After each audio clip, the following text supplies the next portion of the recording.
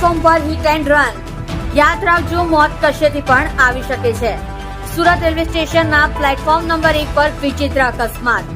Battery operated કારના ડ્રાઈવરે અચાનક કાર શરૂ કરી નાખી.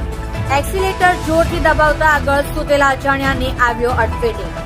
પ્લેટફોર્મ પર જ અજાણ્યાનું મોત નીપજ્યું. જોડાઈ રહો સત્યની શરૂઆત ન્યૂઝ ચેનલ સાથે અને જુઓ તાજા સમાચાર.